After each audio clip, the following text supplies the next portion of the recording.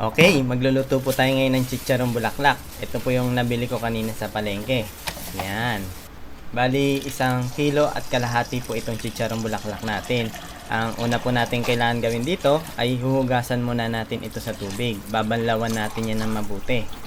So, mga 3 or 2 beses po natin ito babanlawan. Yan. Tapos, ganun lang po ulit. Kikis-kis-kisin nyo lang ulit sa tubig.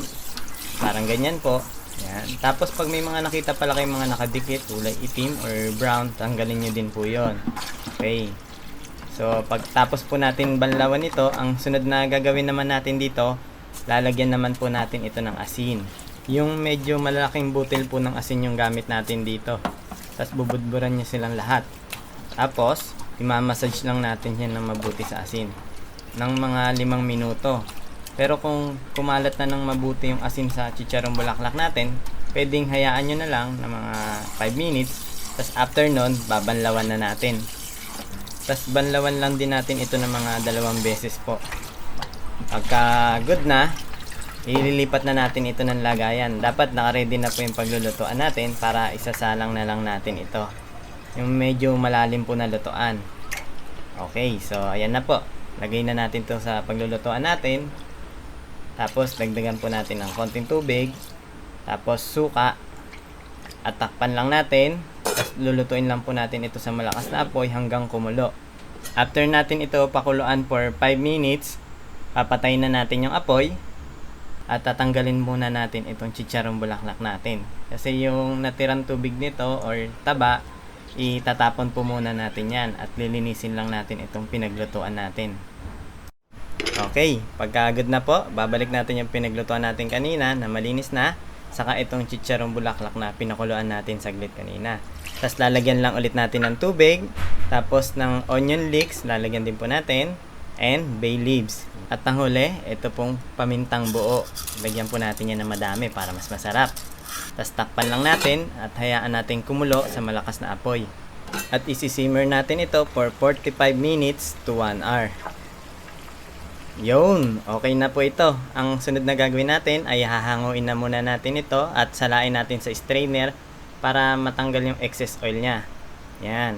Kasi nagmamantika po yan eh. Tapos hayaan lang natin lumamig.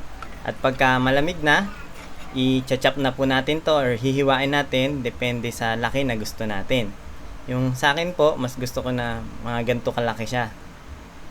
Okay, so yung iba pwede nyo din pong liitan, depende po sa inyo. Yan, hiwain lang po natin ito lahat. Okay, pagka good na po, nahiwa na natin lahat, ang susunod na gagawin natin ay ilulutuin na po natin ito sa mainit na mantika. At dahan-dahan lang po natin ilalagay isa-isa. Mag-ingat po kayo kasi tumatalsik pa po yung mantika nito pagka gantong unang luto. Okay, so ipiprito lang po natin ito hanggang maging brown na yung kulay niya, nakatulad po nito. Yan, hahalo-haluin nyo din po. So pagka good na po, ang gagawin na po natin ay hahanguin na po natin yan. Lagay lang po ulit natin sa strainer, tapos hahayaan lang po natin yan lumamig. Pwede nyo pala itutok sa electric pan para mas mabilis ito lumamig, kasi lulutuin pa ulit natin to second fry para mas crispy itong chicharong bulaklak natin. Siguro mga 10 to 15 minutes pwede na po ito. Okay, tabi lang muna natin. At pagka good na po, i-second fry na po natin ito. Dapat mas mainit na apoy na po yung gamit na ito. Okay, so saglit na lang po natin ito lulutuin. Kaya dapat po ito babantayin nyo mabuti para hindi masunog. Kasi malakas na apoy na po yung gamit natin dito. Yun, pagka nakita nyo po na brown and crispy na, ng katulad po nito, yan no, ibig sabihin po na super crispy na po yan. Pwede na po natin hanguin.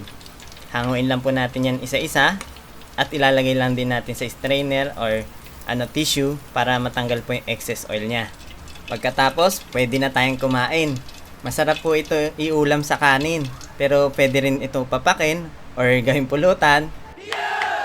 So paano, kita-kits na lang po ulit tayo sa susunod na video natin. Maraming salamat po sa inyo. Tara, kain po tayo.